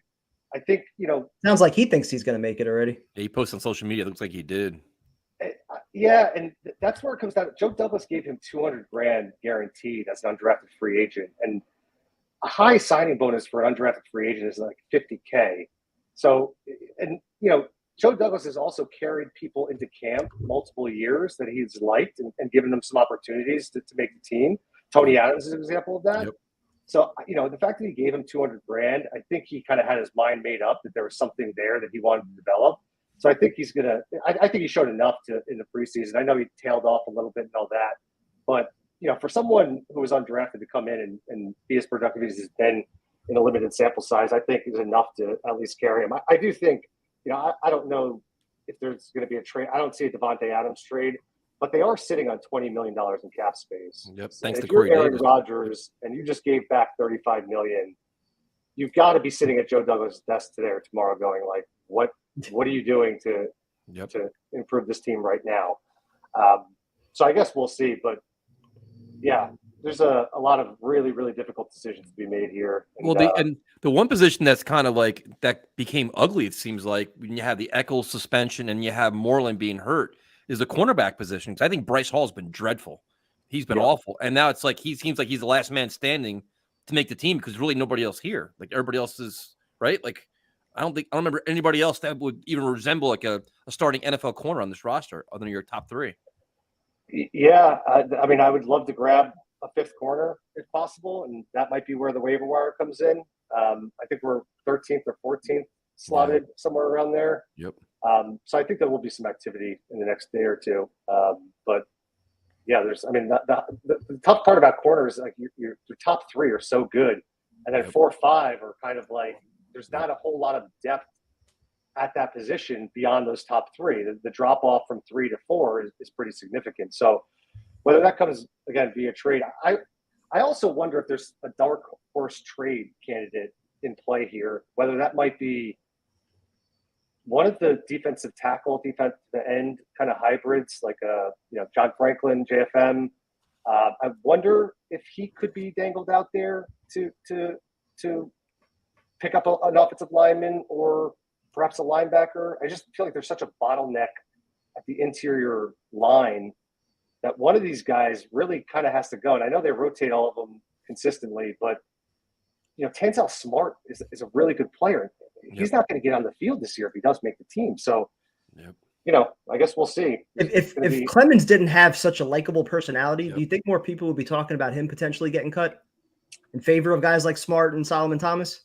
I do. Michael Clemens is a funny one because I really like him, but I don't think I think he's probably the 10th best lineman on this team. And he looks really scary, and he's got the deep baritone voice and kind of has like a Terminator type feel to him. So everyone falls in love with him. But yeah, I think he could even be a trade candidate at some point because he's also one of those, I don't really know how well he fits into this defense. Like he's not going to be an edge rusher, outside with everyone that you have lined up. And if you're sliding him inside, it's like who are you placing him over? I don't think he's any better than any of the defensive tackles there. So he's kind of a man without a position. I think on rundowns he can play defensive end and be productive there. But there's just 9 guys better than him at this point, I think. And yeah, he could even. I don't think he's getting cut, but he might not be on the roster when it's all said and done. Yeah, I mean that's the one that's popped up a lot lately. You always see him running around. He's always on the field. He's always relentless. But the relentless doesn't translate to making plays, though. It's like he's not. You know what I mean? Like you see the energy, you see all this stuff, but you don't see the results sometimes. It's a good point, he's a little bit stiffer. Doesn't have like the bend, if you want to use scout speak, that maybe some of these other guys have. Not the positional versatility necessarily. One of the previous callers mentioned like it feels like this is the type of year where you're going to catch lightning in a bottle, and I tend to agree. You go kind of across that starting roster, and there's a bunch of players that I would argue are top 5 at their respective positions. Yep. And the lightning in the bottle is going to be, I think, 2 guys. It's going to be Tony Adams at safety, and then it's going to be Mekhi Becton at tackle. If those 2 guys somehow live up to their potential. Or I don't know anything about Tony Adams outside of what I've seen in preseason and whatnot. But if he's as good as everyone thinks he is, and Mekhi Becton actually stays healthy for a full year, it is going to be a scary, scary, scary roster. I mean, and that's assuming that Sauce is what he was last year, and DJ Reed and Quinn Williams, and you get kind of the same production that you were previously. But, you know, Laken Tomlinson again, like if he has a bounce back year, I mean, the offensive line has the potential to be really good. They have the potential to be really bad depending on how things shake out. So it's exciting, man. Exciting, man. We're 2 weeks away, Jack. 2 weeks away. It's the first time in a long time where I'm not like looking forward to New York Rangers hockey. You know, it's like usually like the end of September is when I start queuing up the Rangers, and you know, I don't think that'll be the case this year. Although the first 4 games are going to be quite a difficult task to get through, but I think well, it's nice to have conversations, dude. We're not talking about the quarterback. Like every year, it's like, well, Zach takes the big step, then Zach gets hurt. We got to talk about Flacco and all this other shit. Like we dealt with so many bad quarterbacks. Like we're literally arguing about Tanzel Smart being the 10th or 11th guy. It's like this because we're like it's such a different mindset now. It's awesome. Yeah. Man. I'm so excited. When I saw that first pass from Aaron Rodgers, that screen pass to Garrett Wilson, and I was like, oh, so that's what an easy screen pass looks like. You know, it's like I've seen that ball skip probably 15 to 20 times in the past calendar year. Yep. And it was out of his hand within a quarter of a second. And I was like, I also think that was kind of a message to Zach Wilson a little bit. Yeah, I think so too. Like this is how you actually do it, you know, like get the ball out. And, you know, I agree with you, Tyson. Zach Wilson still doesn't look ready to play to me. I don't expect any Jets fans to believe me on this one, but I remember watching Geno Smith when he was a Jet in maybe his second year. And I remember just thinking to myself, like, this guy, when he needs probably like 7 or 8 years of just practice. And I think when he's like 30 years old, he has a chance to be really good. And I felt the same way about Sam Darnold. It's unfortunate that you just don't have 5 years to figure out the quarterback position. I think Zach Wilson, I said it to my buddy last year, you know, mid-season, I said, Zach Wilson is a 3, 4, 5-year project at this point. He's got to be torn down, rebuilt, and he has a shot at 26, 27, 28 to be really good. He's not there yet. I think he's taken some steps in the right direction. But I'd love to see, you know, that transition happen from Aaron Rodgers to Zach Wilson in a couple of years and still have hope for him. Although, hope to God we won't see him this year. Yeah, me too. Jack, excellent call, man. You backed up a great call. Another great call, man. It's back to back. Thank you, guys. I appreciate it. Done, you man. guys do a great show. Look forward to catching up with you in a couple weeks or so. Yes, sir. Have a good night. Have a good night, man. He just spits good facts and stays all calm and stuff. And you can't throw him off his game. I try to like throw curveballs at him. He stays all composed and more prepared than me. Listen, I'm on the same page as Jack is. I think Zach Wilson's at least another year or two away from being a competent quarterback. That's my personal opinion. I've seen enough to see enough this year where I'm like, still not this year, but there's growth. You know, he's not there's completely growth, demoralized. His confidence isn't shot like it was last year. There's a little bit of growth. So yeah, you let him sit for a year. You see where he's at next year. I don't want to see him at all this year. Not at all. What's up, Dave? Hey, how's it going? What are you doing, man? All right. Thanks for having me on the show. How's it going, Prime Time? Doing good, man. How are you? Good. Thanks a lot. I was a little nervous last time on the show, my first time on. I do want to respectfully disagree. I feel like that's bullshit, man. Hey, stop being a bully, Tyson. I feel like the first game is, I don't want to call it a must win, but I do feel that it is very, very important to win, to set a precedent. The first half of the season is a pretty rough schedule. You got the Bills, Chiefs, and the Eagles. Bills obviously are, you know, one of the top teams, and then the Eagles. We haven't beat those guys in our franchise history. I'm not sure if you guys are aware. I'm aware. You probably are. Yeah. So I've been to many of them. That painting behind you is awesome, by the way. Oh, thanks, man. That's pretty cool. That's a dog, right? Yeah. Yeah, it's a bulldog. I used to I have my bulldog right up here with a Jets thing. How cool is that? Yeah. I'm a big fan of bulldogs, man. That's so cool. Yeah, thanks. So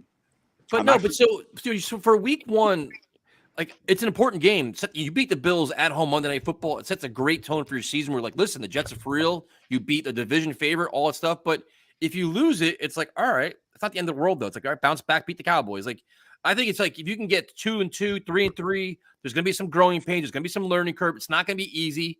And then just kind of ride the wave a little bit, and then you'll be fine. Like there's gonna be a lot of pressure on that Cowboy game though if they lose. The Cowboy game, it's not a lock in the bag. It's not a lock. I mean, you know, like we're still a new team, and yeah, I mean we're talking about lightning in a bottle and sweep. The other guy's talking about sweeping, and I mean, like I told you last time, like I've had all these seasons where I get all excited. We got a brand new shiny Darnold or a new Zach Wilson, and next thing you know, you get Gase and you go to shit. You know what I mean? So, like, I know what it is to be all excited and be set up for disappointment. Seeing Rodgers throw that screen pass and seeing how quick he got rid of the ball, I mean, that was really, really good stuff. But, you know, God forbid an injury, something like that. I mean, Zach Wilson is not going to do it for us. And and I somebody just commented that, you know, let's be honest here. But I like the kid. I think the kid is great. I like his personality, and he was joking with the bandana, and I think he has potential. But you know, when you see him out there, you know, so like I don't want to start 3-3. I feel like we got to come out and be you know, like 4-2, 5-1. Like I don't. Look, we never defeated the Eagles. These guys went to the Super Bowl. Yep. And then we're facing the Chiefs, Super Bowl champs. We got an easier second half, and yeah, I'll give you that. But talking about sweeping Miami and all that, I mean, these are still division rivals. We haven't. So we play the Patriots in Foxborough in the last game of the season. Like, we haven't beat those guys. I'm not sure if you're aware of this.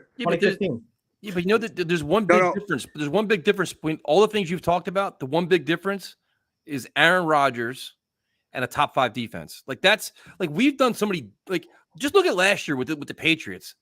Fucking Zach Wilson was horrendous, dude. Like that was some of the worst quarterback play we've ever seen in our entire life. If you had a competent quarterback, just competent, not even just mediocre, you win that game.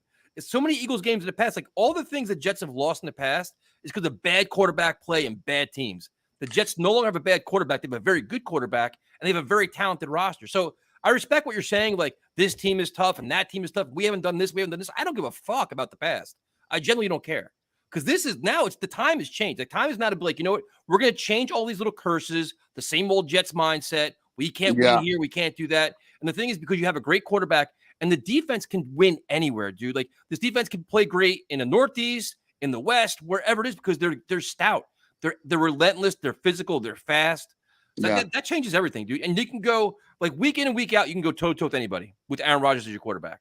So you take your chance. I agree. So like that's why it's like all right. So like Primetime said, you lose week 1 against the Bills. All right, that's gonna suck. We're all gonna be there. It's gonna suck.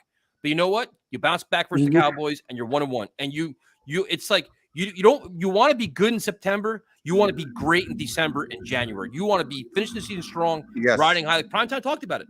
Last year we were 5-2, 6-3. We're talking playoffs. We're the 5th seed, 4th seed, and we completely fell apart and didn't do shit. Right. So that's just like we lost out.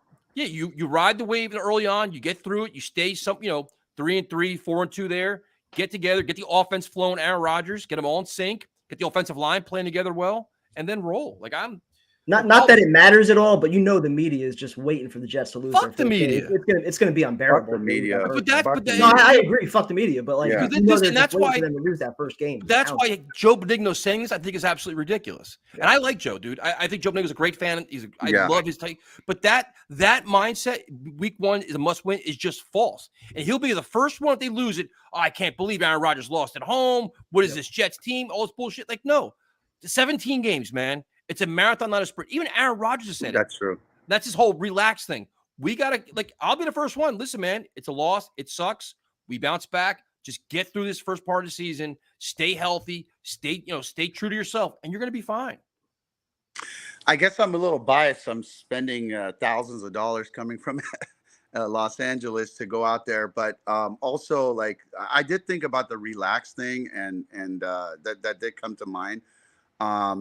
Interesting fact, the last time we beat the Patriots in Foxborough, not in the playoff, like in the regular season, it was another Green Bay Packers quarterback named Brett Favre. So that's about what, 14, 15 years Times ago? are changing. It's been Dave. that long? It's been that long, yeah, since we beat them in Foxborough. So I'd love to do that, but you know, if we're winning the division, we might sit Rodgers down on that last game, and you know, it might not even matter. But I just thought it'd be interesting to point that out to you guys. Times are changing, man. You got to embrace You know what? positivity I like and that, love. Tyson. I like that. I'm here I for like you. that. See, I'm not a bully. I'm a peacemaker.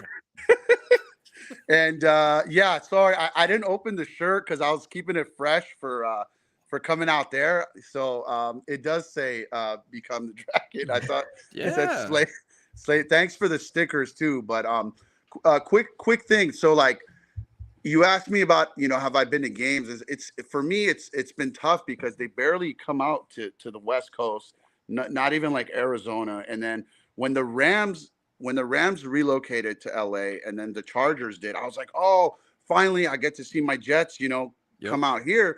And then they didn't come the first 1-2 seasons, and then they came for both Rams and Chargers in the same season, but it was COVID. So I waited a few years to see my beloved Jets. And I remember driving down the freeway and nobody could be in the games.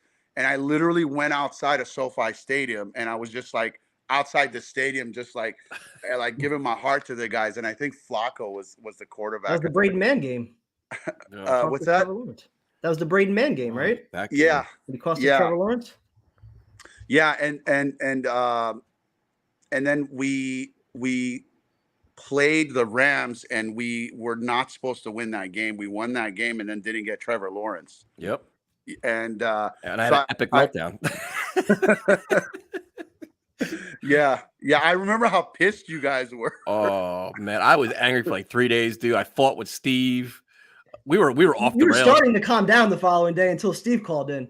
Happy Victory Monday. I'm like, Victory Monday? Are you out of your mind?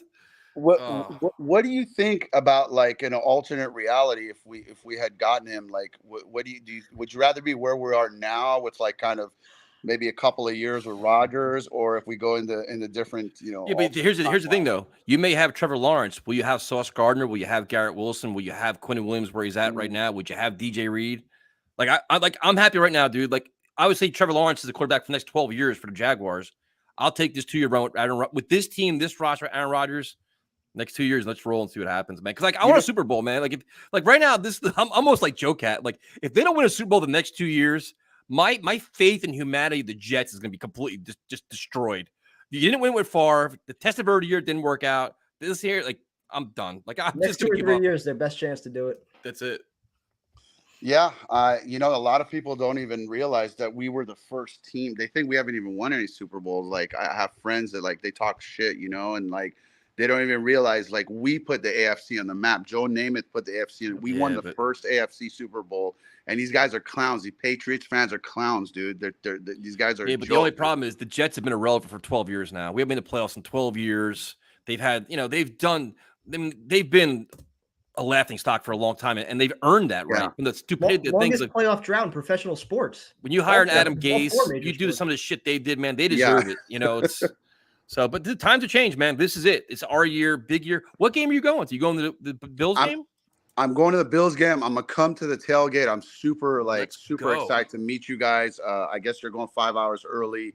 I'm gonna be there. I'm actually going to the Giants game the night before. So my uncle is he's an older guy. He's a Giants guy, lifelong. He's from New York but he lives out here with me. So we're going out there to go to both games.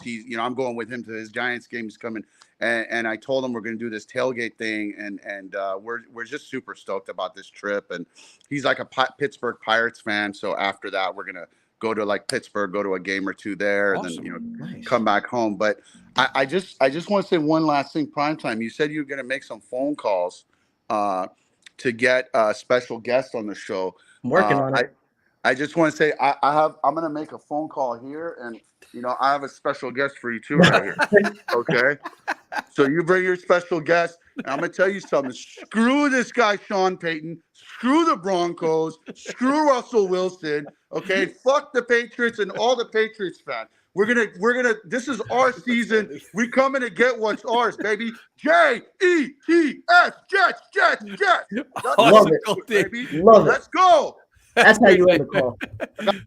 That was awesome. Outstanding, man. You never like the best thing about this show is you never know what to expect, man. Never have any idea what to expect. It's just chaos. And then the best thing is you're gonna go from like the energy and the passion and pride of Dave and all the excitement to one of our most charismatic callers, a man that's full of so much energy and just enthusiasm.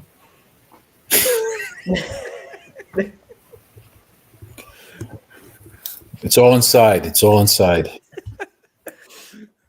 I'm here for you, man. You're in rare form tonight. What are you talking about? Just saying. People, right? Just saying. Just rare form.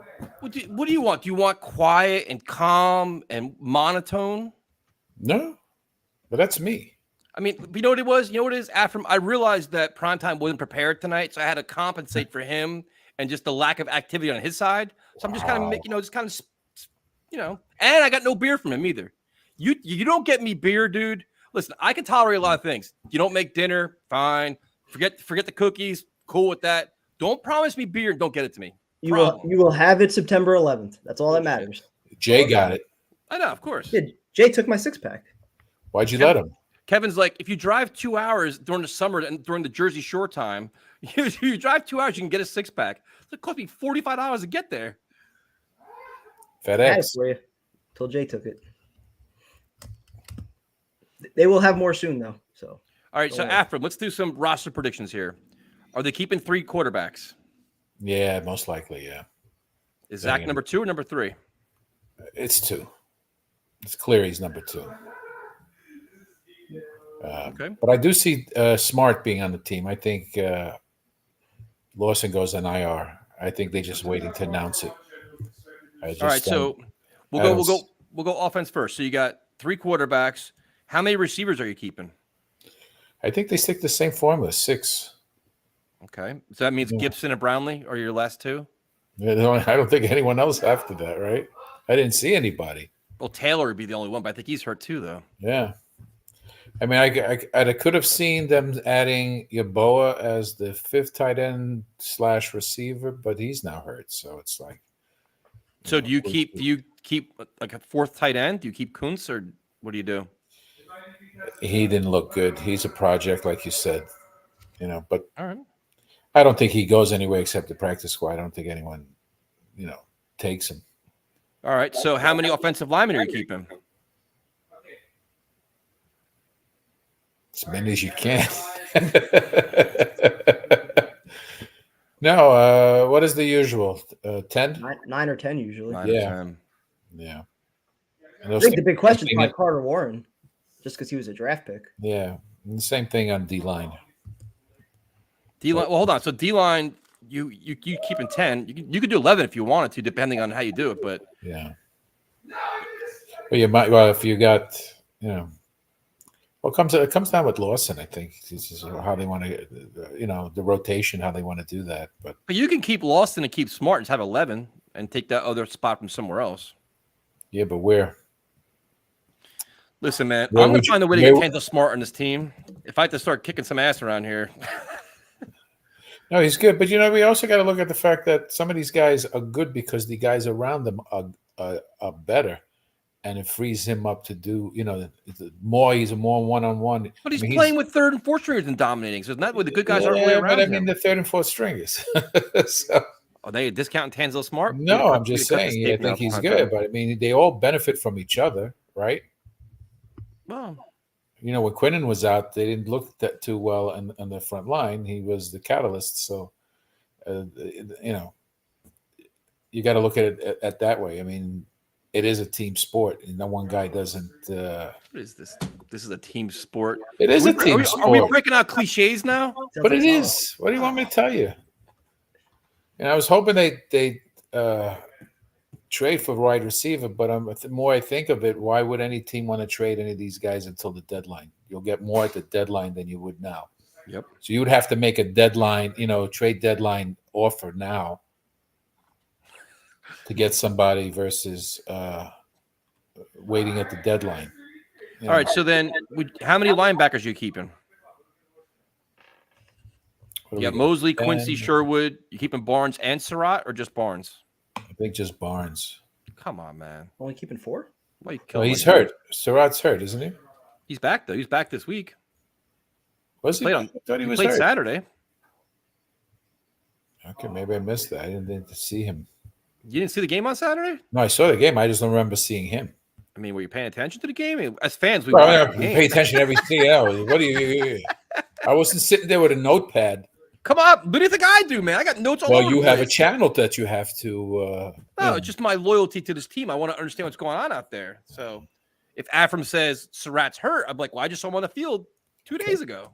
I apologize. I made a mistake. I didn't see him. Forgive me for that. This is why I wish I had the soundbite. Proud time. My mistake. I apologize. Yes, I am positive, Elmo, because first of all, Rodgers escaped without getting hurt. First time in the 20 years that we faced the Giants on the preseason, which is good. Two, the one thing I no one's brought up. A lot of these guys were, a lot of the receivers, they were open receivers, which I'm gonna give credit to Hackett, man. He's scheming these guys open, which is good. We're missing some of them, So what you call it? Was Zach that missed that tight end? What was his name? Jenkins, DJ Jenkins. Yeah, wide open. Wide open. Threw it over his head. He was wide open. Didn't hit him right away. But guys, you saw the screenplay to Garrett Wilson. You saw the play to Hardman.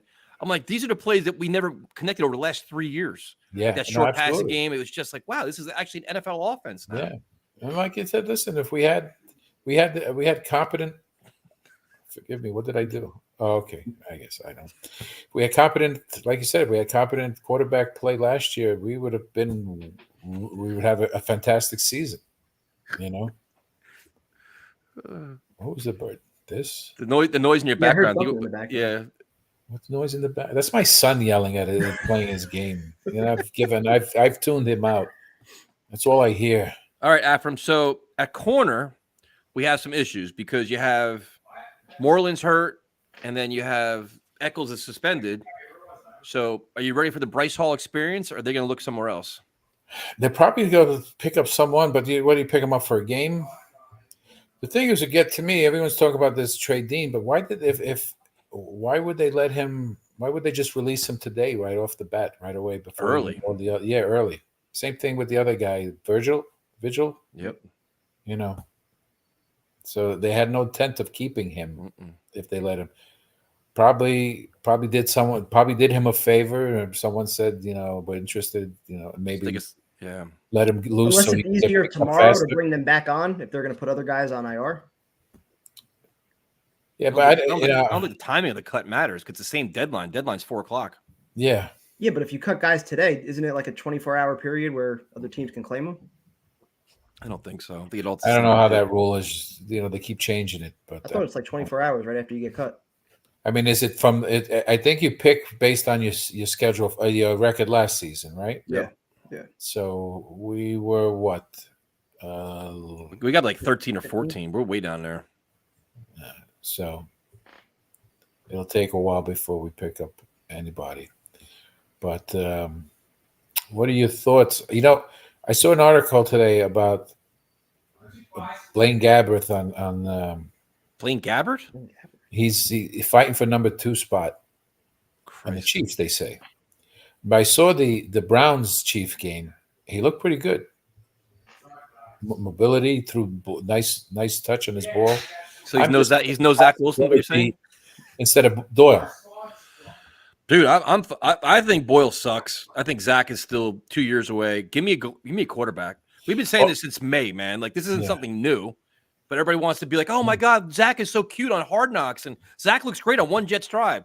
No, he's not ready, man. He's not. He's not ready. But I think if you bring in somebody,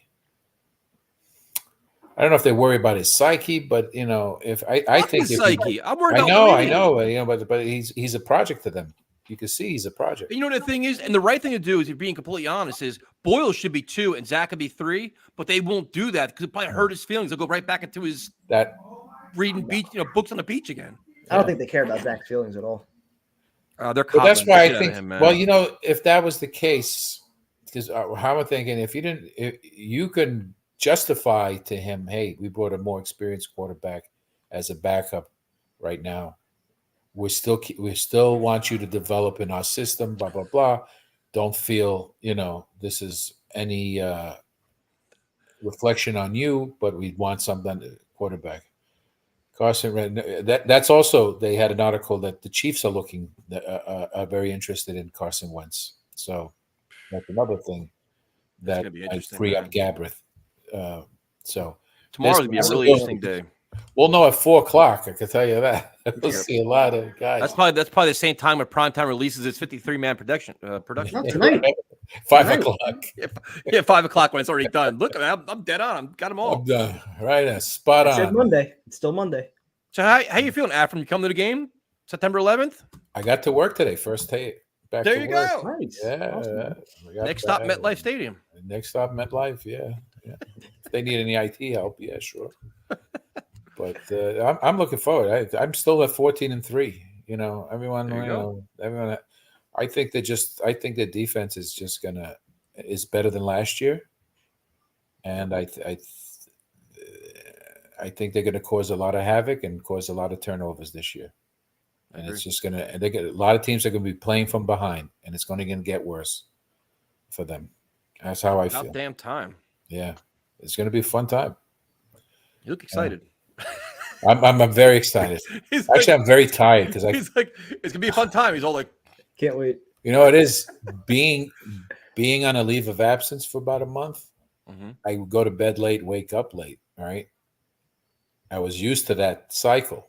Right. Now I'm getting up at 5:30, and my clock wasn't there, and I'm like didn't fall asleep till maybe 2, so I'm like a little wiped out today. Well, me That'll call be me on Wednesday, my first day I'll back call at you, work. man. Huh? I'll call you at 5:30 if you want. I'm up. Why you want to call me at 5:30 for? Make sure you're up. Give you a little pep talk.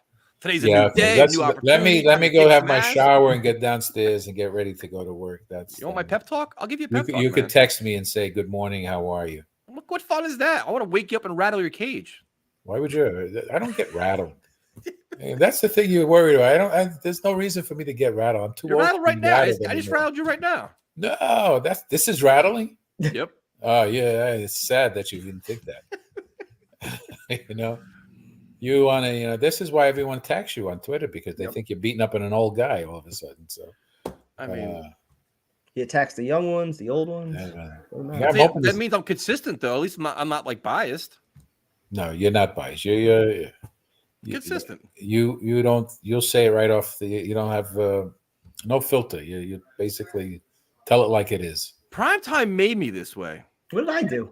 He brings out this other side of me. I'm usually calm, quiet. I'm a genuine nice guy, and he brings out this guy where I got to start. First of all, the only thing that brought you out today is the fact you didn't get any beer.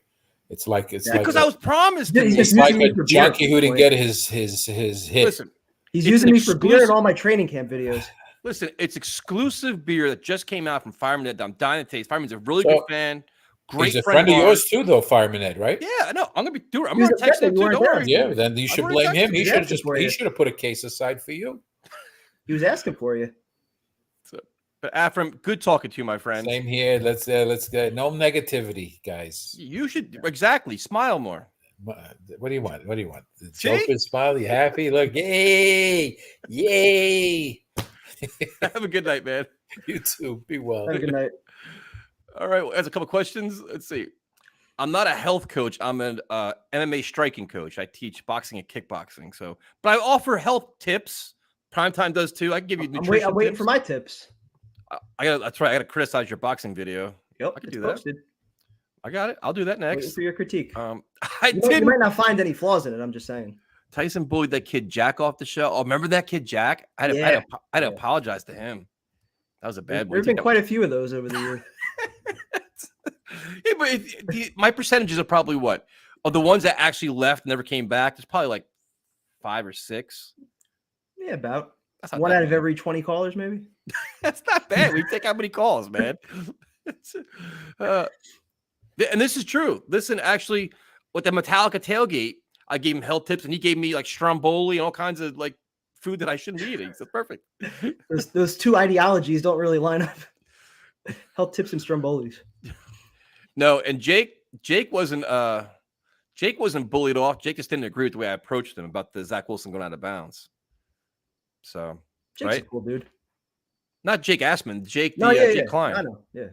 Yeah. So all right. So prime time tomorrow at 4:00 is the cuts. Tomorrow night we got to react to all these. Yep. We be ready for this. I'll be ready. My 53-man roster will be posted shortly. I did not chase Charles off the show. There's some rumors going around. Like, we welcome everybody.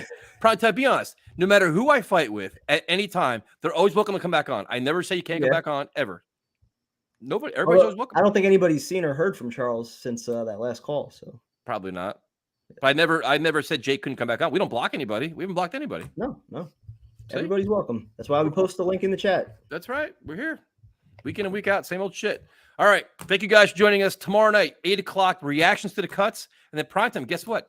We're going to start previewing Buffalo Bills. Can't wait. 2 weeks from tonight. Can't wait. Talk to you guys later. Later.